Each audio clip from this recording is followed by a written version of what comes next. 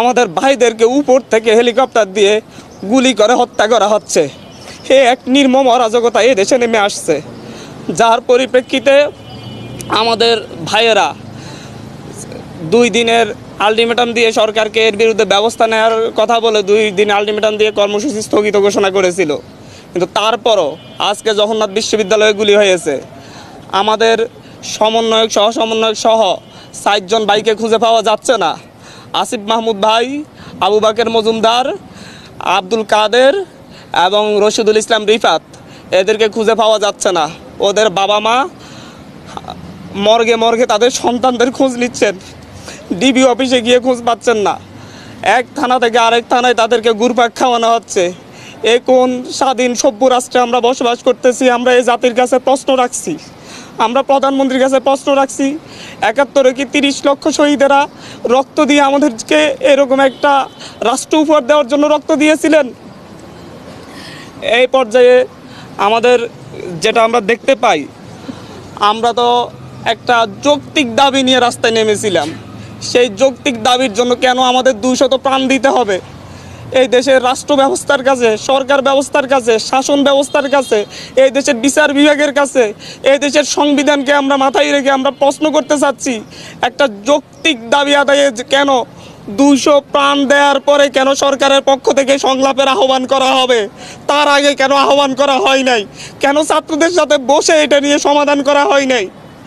প্রত্যেকটা ক্ষেত্রে দমনের সিদ্ধান্ত কেন নিতে হবে একটি রাষ্ট্রকে? একটি স্বাধীন রাষ্ট্র কেন তারা দমন করবে, তারপরে দমন করতে না পারলে দাবি মেনে নিবে? এরকম সিদ্ধান্ত কাদের মাথা থেকে আসে? আজকে যে স্বরাষ্ট্রমন্ত্রীর আন্ডারের পুলিশ বাহিনী, যে স্বরাষ্ট্রমন্ত্রীর আন্ডারে র্যাব বাহিনী, যে স্বরাষ্ট্রমন্ত্রীর আন্ডারে বিজিবি বাহিনী, যাদের মাধ্যমে আমার ভাইয়েরা খুন হয়েছে, সেই স্বরাষ্ট্রমন্ত্রীর সাথে আমাদেরকে বসার জন্য আহ্বান জানানো হচ্ছে। উনি কি এই যে 200 লাশ পড়েছে এটার জন্য কি উনি অনুতপ্ত? এটার জন্য কি উনি দায় স্বীকার করেছেন? উনি কি ক্ষমা চেয়েছেন? আমরা কিভাবে এই রক্ত খেকো মন্ত্রীদের সাথে আমরা আলোচনা করতে পারি, যারা হচ্ছে রক্তের বন্যা বয়ে এই দেশে একটা অরাজক পরিস্থিতি সৃষ্টি করেছে? আমাদের সাথে তো আগেও বসা যেত, আমরা তো আলাপ আলোচনা করতে পারতাম, এর সমাধান হইতো। সরকারের যে যুক্তিগুলো তুলে ধরতো, আমরা আমাদের যুক্তিগুলো তুলে ধরতাম, সুন্দর সমাধান কেউ হতে পারতো না? এই লাশগুলোর দায় কে নিবে?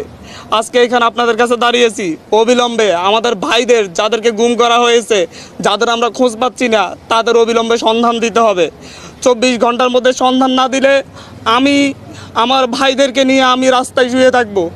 আমরা আমাদের ভাইদের খোঁজ না পাওয়া পর্যন্ত প্রয়োজন আমাদেরকেও গুম করে নিয়ে যান। আমরা কেন বাইরে থেকে কান্না করব? আমাদের বাইরে কি ক্যাম্পাসে তাদের বাবা মা কি কান্না করতেছে না বাসায় বাসায়? এরকম অরাজক পরিস্থিতি তৈরি করে কেন আমাদের ভাইদেরকে খোঁজ পাওয়া যাবে না? রিফাত রশিদের ভাই, রিফাত রশিদের বাবা পথে পথে কান্না করতেছে, ঘুরতেছে। ধানমন্ডি থানায় গিয়েছে, ধানমন্ডি থানা বলতেছে আমাদের এখানে না। শাহবাগ থানায় গিয়েছে, শাহবাগ থানা বলতেছে আমাদের এখানে না। নিউ মার্কেট থানায় পাঠাচ্ছে, নিউ মার্কেট থানা বলতেছে আমাদের এখানে না। তাহলে কোথায় পাবে রিফাত রশিদকে? আমার একটা জুনিয়র ছোট ভাই, ওকে গুম করে দিতে হবে কেন আপনাদেরকে? রেসিডেন্সিয়ালের একটা 16-17 বছরের ছেলেকে গুলি করে মেরে বেড়া হয়েছে। পুলিশ বাহিনীর সাথে, র্যাবের সাথে, ডিজিএফআই এর সাথে লাঠি নিয়ে, অস্ত্র শস্ত্র নিয়ে সাদা পোশাকে ছাত্রলীগ যুবলীগ কেন হামলা করবে? বাংলাদেশের পুলিশ বাহিনী, বিজিবি এরা কি এতটা অপদার্থ হয়ে গিয়েছে যে আপনাদের সশস্ত্র গুন্ডা বাহিনীকে লাগবে আমাদের ভাইদেরকে নিধন করার জন্য? আমি আজকে সকালে পত্রিকা পড়তেছিলাম, পত্রিকায় দেখলাম যে বিভিন্ন মন্ত্রীরা, ক্ষমতাসীন দলের বিভিন্ন নেতারা হুমকি দিচ্ছেন, এরপরে যদি আন্দোলন না থামে ওনারা দমন করবেন। ওনারা ছাত্র আন্দোলন দমন করার চিন্তা করেন। ওনারা ভুলে যাচ্ছেন 1952 সালে দমন করতে গিয়ে পাকিস্তানি হানাদাররা ব্যর্থ হয়েছে, 69-এ ব্যর্থ হয়েছে, 64-তে ব্যর্থ হয়েছে, 66-তে ব্যর্থ হয়েছে। ওনারা কিভাবে সফল হবেন? ওনাদেরকে এখনো বলবো, আমাদের প্রতিটা ক্যাম্পাসে নিরাপত্তা নিশ্চিত করুন, আমাদের ভাইদেরকে ছেড়ে দিন।